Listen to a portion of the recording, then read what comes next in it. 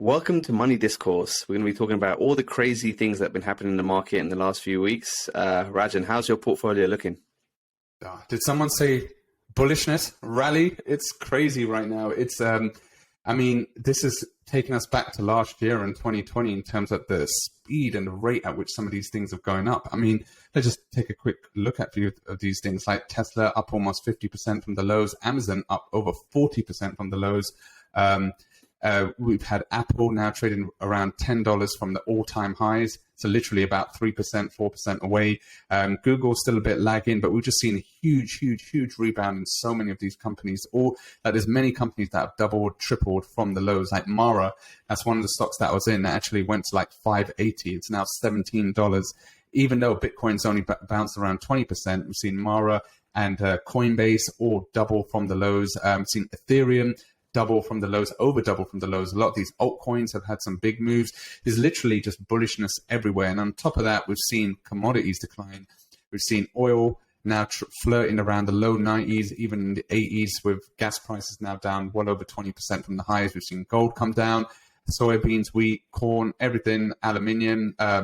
We've just seen everything going down. But the one big snag is natural gas, which is still trading at like mega high levels and up 3 to 4 times from last year. So I still think natural gas come winter, and I've said this before, if it does not revert back to any sort of mean, we're going to be in big trouble, and that could be the next recessionary tail, because that will be a huge chunk out of people's earnings. But overall, it's been great. The portfolio, unfortunately, I think most people, you're already balls deep in the market. And, in hindsight, you could just say, I wish I bought more, but I bought as much as I could. And that has now pretty much put my portfolios back to slightly up or slightly down or around flat. But I'm not down like the 20-25% I was before. So pretty much back to where I started the year. So now let's just see what the second half of the year brings us, Yeah, How about you? To be honest, if anyone told you you could be, flat this year, you'd have taken it, a couple of months ago, right? Happy, obviously, that Tesla has come back. The majority of my portfolios in that. So, that's great. Obviously, I was doing quite a few short-term puts, like, just within the week. I sold 5 puts at like 890, and luckily just the last couple of hours of Friday, Tesla started rallying and finished up over 900. So that was a nice save. I think like the next catalyst with Tesla is obviously the 3-for-1 stock splits, and it's actually madness the amount of trading volume that's been going into Tesla. I think almost 100 mil was traded for the 19th August calls at 900 strike yesterday. And those calls were up 117%. So that's nuts. And, you can see this kind of craziness continue until the 25th of August, where there's a 3-for-1 stock split happening. And then afterwards, what's going to happen? Well, if we can look at history, there could be a downturn on Tesla. If we look at the last stock split in August 2020, which was a 5-for-1 stock split back then, for the 3 weeks prior to that stock split, we had an 81% increase in the stock. And then post-split, there was a 33% drop in the September. But then afterwards, we had other catalysts like Tesla getting into the S&P, which kind of just pushed Tesla to actually, double into the year end. So, it'll be interesting to see. But obviously, we have to look at what the current market is and not what we had in 2021, where it was a bit of a nuts market. Because, this year we've seen Amazon and Google, have their 20-for-1 stock splits, but they underperformed. Obviously, it was weaker macro at that point. Yeah, I was going to touch on that. We did see Amazon actually rally into that stock split as well, and then it declined. Google had a bit more of a muted rally, but Tesla's a whole nother beast in terms of retail participation and overall trading volume. So, but the main thing is, forget the split in a way of what it's going to do, but it's just a trading opportunity. So one thing that I love about Amazon now, I never traded Amazon on the option front, as in I had a couple of shares and stuff, but never traded it. Now at $100, $130, $140 is a viable trading candidate, and it doesn't take up so much buying power. Same with Google as well. Now you can actually trade Google rather than it being like a $2,000 stock or whatever it was. And so now with Tesla going to be around 300, it'll just make it much more easier and less buying power, reducing trade. And that is what I'm looking forward to, because what it is for me, I mean, it's all about just the volatility and trying to just do strategies to try to take advantage of them. I mean, I've been doing so many different. So, I mean, right now I've done with these meme stocks. The meme stocks have gone crazy. Like we've said, we've got AMC, which was trading around 12, 13. They had earnings went down to 16. And next thing you know, they're at 26. Bed Bath and Beyond is almost tripled. Bed Bath and Beyond, they're in so much shit. It's unbelievable. But yet it's trading at $13.40.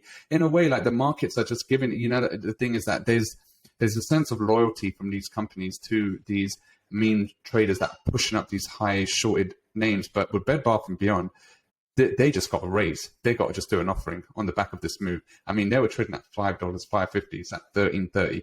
And the thing is, they've already said that apparently, I don't know if this is true, but they have been cutting back on the intensity of their air conditioning in their stores. They're cutting back on all of these measures, staff costs, this and that, to try to preserve cash. And now you've just had the meme stockers push up Bed Bath 250%. And I mean, do the offering. Take the money. Take the money. Do the offering. Raise 500 million, whatever it is. Shore up your balance sheet. This is what they have provided you. And so, I mean, I would be shocked if they don't do something, because I mean, AMC is in a good cash position right now. So they are just, they've done their cumulative preferred shares now that they're called APE. I mean, like, they're fully vested in the whole movement. But the thing is that AMC is in a good position right now, but Bed Bath and Beyond is not. So this is their time. Use this to their advantage and just raise cash if they want to keep their business afloat, because otherwise they're going to continue shutting down stores. They're going to still have to put ACE, I mean, it's hot down here. It's been hot all over the world. This is their time to do it. So this is what I would have thought if I was Bed Bath Beyond management that they would do. But either way, with AMC, I've done a couple of risky ones. I've sold some calls, believe it or not. But the thing is that it's in such a way, it's a structured, so I bought one nearer the money call and sold two out of the money calls. And I realized that basically, even if it goes to 100, 110, that I won't really lose that much. So basically, if it goes to 200, 300, then to be honest, just give me as much short shares as you possibly can to short, because that will be the trade of the century. But, it's always a bit daring going a bit short AMC. But the thing is that basically my upside price, it needs to go over $58 or $60 before I really get in trouble. So right now it's at 24.20. So let's just see what happens with that. But with AMC, Bed Bath and Beyond, basically a lot of my trades, I've done 4 GameStop trades, 3 AMC trades, and about 4 Bed Bath and Beyond trades. So it's all of these meme stocks that I'm just trying to take in this heightened volatility, these expanded premiums, and hopefully we get a bit of a reversion to the mean. And if we do, then they should work out quite great. If they continue, like Bed Bath goes to $30, then I might be screwed. And then that's just the way life goes. This is the difference between my strategies and Rajan's. I feel like anything out of my core competency in terms of companies that I haven't really looked into, and I've just whacked a bunch of cash in because it looked like it was, it's going to do well or whatever, because of whatever people are saying. I pretty much always lost money on that. But Rajan, he just, he doesn't care about what the fundamentals. He just cares about. No, this is the difference. Is So for your Tesla, for example, you're just looking at this long term. You're just accumulating. I'm trying to trade the volatility. So the thing is, with these stocks, it's not that I really care what they're doing. I'm just looking for contraction and volatility. So if you're an option seller, you want volatility contraction. So the whole thing is that can screw you up is when, for example, the stock is quite high and the IV rank has dropped a lot.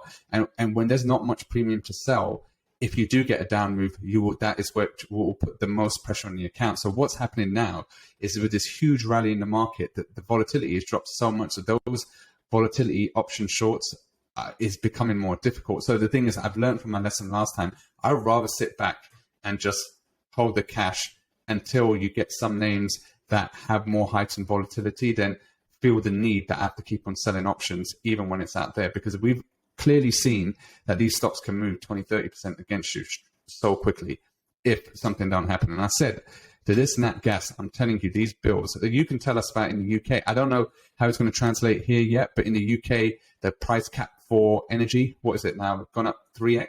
I mean, you can tell us about that. They're talking about average annual bills. A couple of years ago, was about £1,000, and now they're talking about it to be around 5,000. It's obviously been the hottest summer on record, but will it be conversely, one of the coldest winters? And if that's the case, or even if we have severe weather or whatever, we'll see some real issues come along. But I don't know how they're gonna. It seems like a peace deal is the only way to save this. Like we spoke about last time, there's a lot of production potentially going to come online, but unfortunately, European countries are just so reliant on Russia. So I want to bring up this chart, and this just shows the severity of what we're talking about right now. So with crude, it's now trading at 91, Brent is at 97. But if you look at the year on year, it's now 34% up, which is still a gain, but it's nowhere near what it was, literally a month or two ago. And gasoline's up 34%. We look at these commodities, gold is flat, silver is actually down, copper price is down 16%, steel down 23%, iron ore down 30%, lithium, that's the batteries demand, that's up almost 400%, but it's down from the high. We've got platinum that's down. So a lot of these input costs for manufacturing and stuff like that have gone down a lot. So that's why we saw the PPI numbers that came out on Thursday provide another boost to the market, because it showed a decline, softening. That did follow up from the CPI reading that we got on Wednesday, which showed an 8.5% reading, which was at the low end of expectations. And it's the first time in, I can't remember the exact amount of months, but since March. Yeah, but since March, that an analyst forecast, it actually went below an analyst forecast. So the forecast was at around 8.9, I think, or 8.8, and it came to the low end of the forecast at 8.5. And then that's why we had this gigantic rally on Wednesday, where we saw over 3% gains in the NASDAQ. But I just want to draw your attention back to nat gas. So US nat gas has sort of held its own a bit. It's up 127% still, but up 33% on the month. But look at UK nat gas, right? It's up 260% on the year, up 50% this month, trading at 400. And European nat gas is up 362% this year, and it's up 14% for the month. But UK nat gas this month has had a monumental move, and we had this short-term spike back in March, which quickly retraced. But you see the action here now. There we saw this sharp rise and then sharp fall. Here we've seen this, the worst type of rise you can have if you're looking for a pullback. It's a slow, steady rise going at a more manageable pace. And now we're trading at 400, and the high was around 540. And if we get anywhere near there come October, November, December, that's your recession right there. I mean, the amount of disposable income that's going to be taken up by these energy costs, and there's going to be a lot of bankruptcy. A lot of people aren't able to afford it, and I genuinely don't know what they're going to do. Like with this type of nat gas price, it's absolutely bananas. I think regardless of the income bracket you're in, it's going to be hitting a lot of families a lot if this can't be resolved. And I think these governments have to be on high alert for this. And what's actually really interesting is that there's a couple of Russian friends I have, and we were discussing what they pay. So one of my friends lives in a small 3-bedroom apartment in Russia, but his bill every month is $20 equivalent a month, what he's paying for his bills. Then I asked him, what is the, in terms, apart from some banking issues and that, like, what is the main thing that you have lost out to because of the sanctions as an individual person that lives there? And he goes, well, not much that I feel. Our bills are very low, utilities are low, and everything like that. So you got the Russians that are paying $20 a month for their gas and electricity, and then you've got Europe that's going to be pushing on to $5,000 a year to pay for theirs.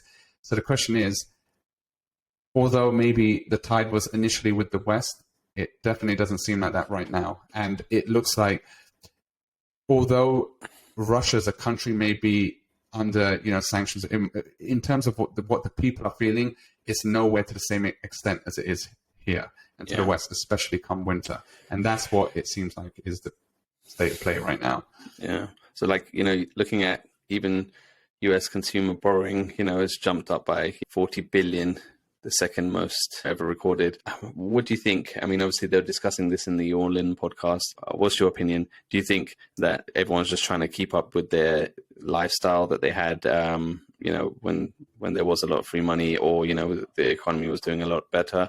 Or do you think this is just a. Well, I think we're in a precarious situation right now. The thing is that the US economy is just very strong. The thing is that a lot of people have jobs, right? So they are getting income. A lot of the time, recession is followed by a lot of people, like what happened after when the pandemic started. There was a lot of forced layoffs. And so there was a lot of people that just weren't getting the income. Like the actual employment level right now is at the high, it's 3.5% unemployment. So we're in this sort of semi-recession with full employment. So it's a weird dynamic that there is right now. So what it is that although there's these bills and cost of living is so high, many people are getting an income. So although there might not be much disposable income left at the end of it, they are all being able to afford to pay it. And with that, there's been a record wage increase. Like, I mean, you worked at Target, you're getting $8, $9 an hour. Now you're getting 15, 16. So, even at the lowest end jobs, you're getting 50, 60% more than you did 2 years ago. So that is partly helping paying.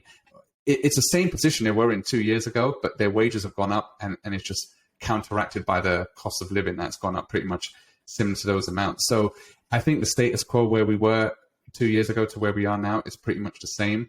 But I just feel like there's just, you look at the demand, you look at where you go to. I mean, you've seen a lot of these companies coming in saying that demand is reducing, but they're basing it off those stimulus levels. So obviously year-on-year comparisons for a lot of these retailers ain't as good. But the thing is that we have seen people come out. We said Elon Musk came out saying that their raw materials are declining. We are seeing raw material costs across the board actually are declining. So the question is, will these companies pass through them costs to help the consumer out a bit? That will be the real telling sign. But I think right now, the economy is strong. And is there going to be a lag? Normally there is a lag when you see it go through to the actual consumer. But until we start seeing layoffs to a meaningful level, I mean, there was 500,000 jobs created in the last month. And some people are saying, yes, people taking 2 jobs because they can't afford to live. But whatever it is, it was 500,000 jobs. And in a so-called recession, there shouldn't be 500,000 jobs created in that month. The companies need workers still. There's job postings everywhere in certain sectors. So while that is still the current state of play, I just don't see it. I guess we'll find out. Obviously, there's a lot of little things that could go wrong in the next couple of months that could, like Chamath was saying, that could, like, as a kind of a little ticking time bomb, but they're small enough. But if they roll up into something big, we could have some real issues. We're in this situation now where, like, it's kind of unprecedented, high inflation, highest inflation in 40 years. What's so crazy is that in March, we had the same rate of inflation that we have now, and everyone was going crazy, right? Just because it's dropped, like a little bit. Inflation is still crazy, but everyone's like going nuts. So let's look at March. I brought up the S&P chart as we normally do. This move here from mid-June to where we are now, that's a 600-point move plus in the S&P 500, almost 20%. Nasdaq's done over 20%. That's the market saying that the way the market has gone up and the way volatility has gone down suggests to me that there is no pricing in now of any external risk. The market is just taking out all the risk. And does that make me a bit nervous? A little bit. Yeah, that is the risk. Like, look at this, the way the market is trading right now. Obviously, the bond market tells one story, the equity market tells another story, but the way these companies are rebounding, and I mean, we're having horrible earnings. This is the first quarter where I've seen so many companies with horrible earnings, and yet they're up 30% after a week. And so that suggests to me that the market is pricing in that the worst is behind them. And that was like the trough in quarterly earnings and pain. And coming from Q3, Q4, the market is pricing in that these companies will be in a better position. And that's why we're just seeing these big rallies everywhere. Like, we see this one huge bar here that was on the inflation reading.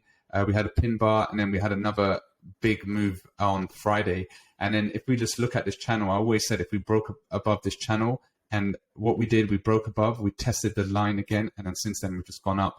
Then we consolidated around this level, and now we have reached the levels back in early May and early March. So if we continue going higher, the next level is actually now 4,400, which would be another about 3% move higher. And then after that, if we continue going, we're going to be pushing up to 4,500, which will be the highs in April and coming up. And then, we've got the highs in January for the year at 47,860. So we're about 500 points on that still. But I mean, this chart does look very, just a lot of green bars and a lot of big green bars. So, I mean, this market is, I feel like it's sort of echoing what my thoughts is that, everything looks fine. But that is the worrying thing, like you just said.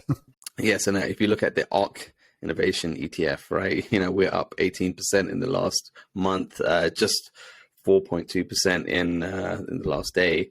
So yeah, we'll see. I mean, obviously that's still, only at $52, where, this time last year, we were coming, we were at the 120 mark.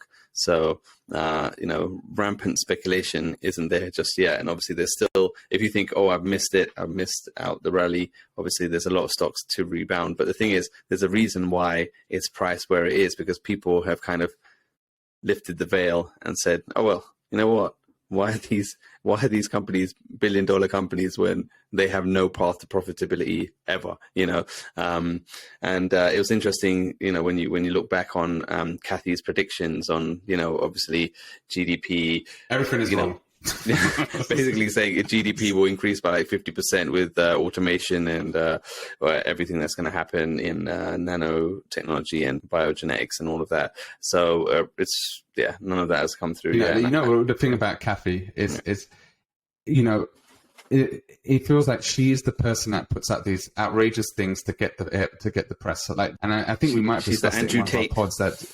Yeah, she's the Andrew Tate. Yeah, she's the Andrew Tate of 500,000. Yeah. When she said Bitcoin 500,000, that was the top. She said oil wouldn't push above 70, went to 120. And then there was another oil analyst that came on when oil was 120, saying oil will be 380 potentially. And that was the exact top.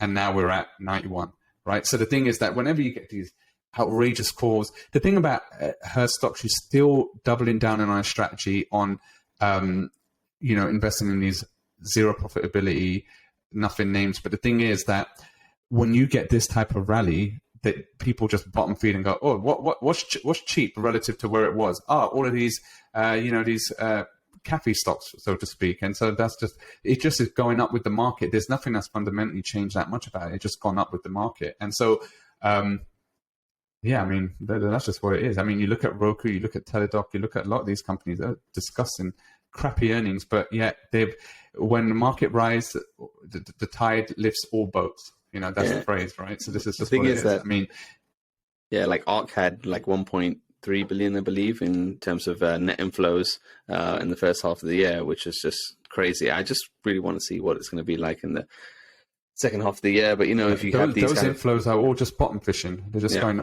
Everything is bounced. I mean, if you look at it, you look at Apple, it's 3% from highs.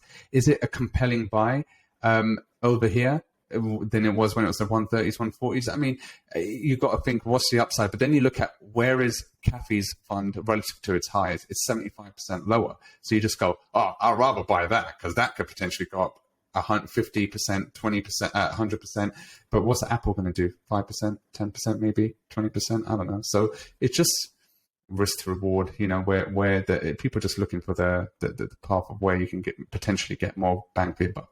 You're seeing for these EV names, the ones that are going to benefit from the $7,500 tax credit, which is pretty much Tesla and GM.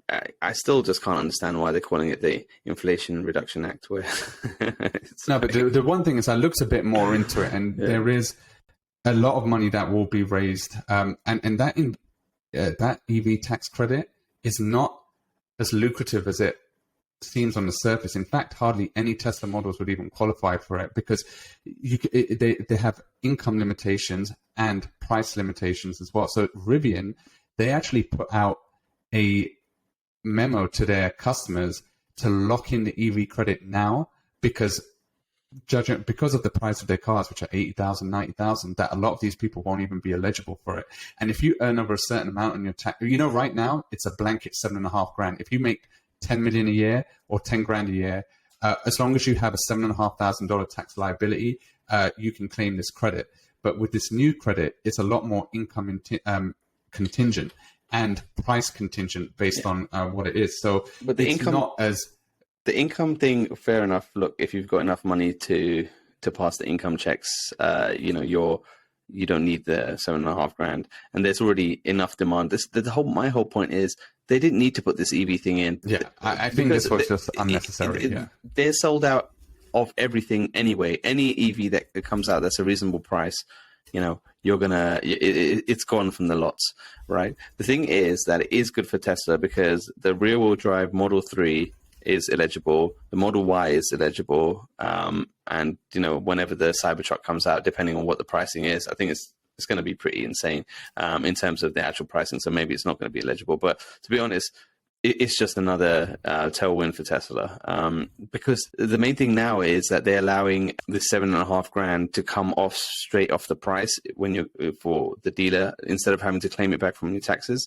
So for any dealership can actually sell it. And the thing is that in the wording, it doesn't mention that you can't have a online dealer like Tesla has the direct to consumer. So obviously that's a good tailwind. And obviously the Model 3 all-wheel drive long range and the performance. Okay, fair enough. Those don't get it, but Model Y is the most popular car that they're going to be able to sell anyway, and obviously that meets the requirements. So, to be honest, anyone on low income can, it kind of puts the pricing as parity to the other competition. So if you look at this, right? Yeah. So the eligible cars will include cars under 55,000 and SUVs and trucks under 80,000. Yeah, so that's the Model Y. And basically 300,000 as a joint filer, or 150,000 under if you're an individual filer. So to be honest, like most people, a lot of the people that are buying these cars are not going to actually be eligible for it. It's fine. It doesn't matter. It doesn't matter, right? So the thing is, it wasn't necessary, but I think what this is, their rationale in looking at it is to help the people that can't afford it as much, help them afford it.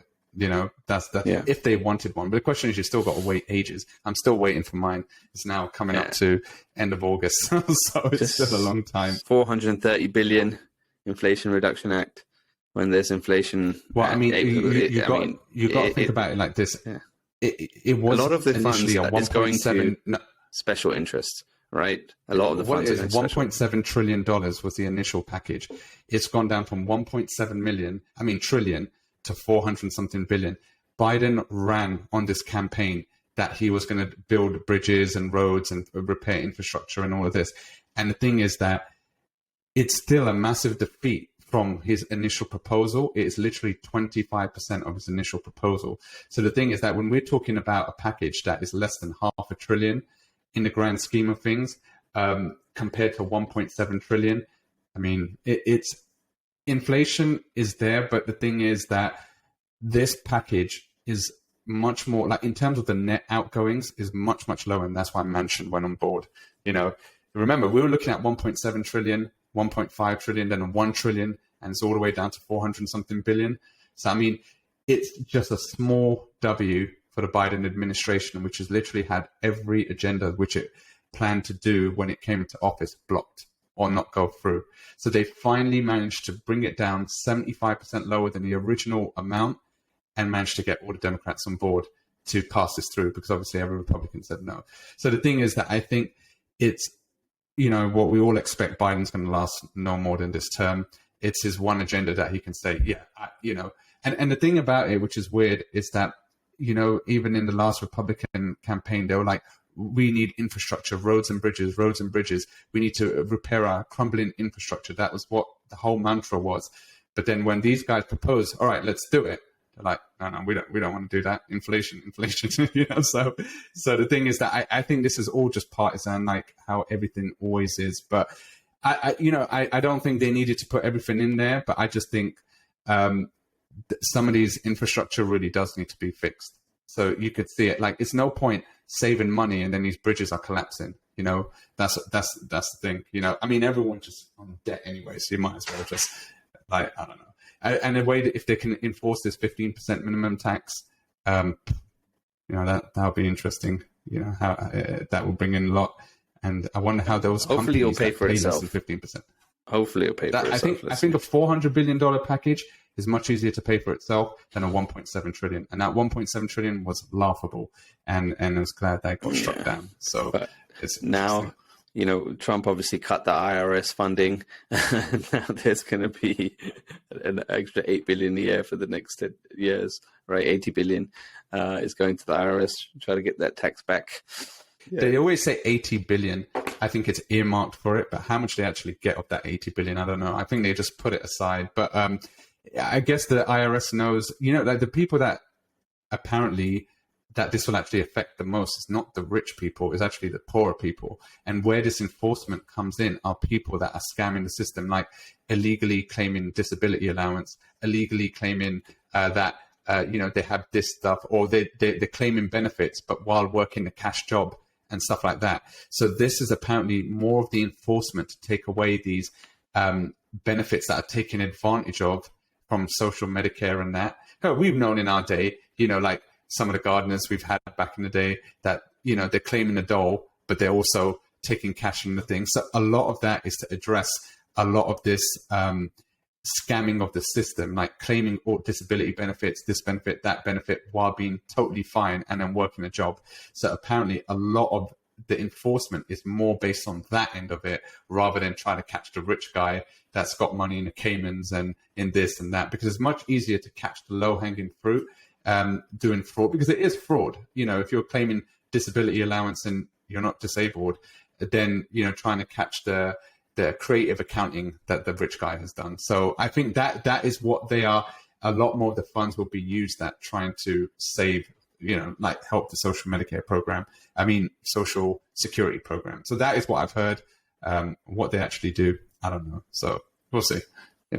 Okay, cool. So on that bombshell, we have enjoyed this chat, and hope you guys can hit the subscribe button if you haven't done so, and tell your friends and family, whoever's interested in Money Discourse. If you write any comments or suggestion that you have down in the comment section below, let us know what you want to hear, and we'll get it into the next episode. Thank you for listening, and we'll catch you on the next one.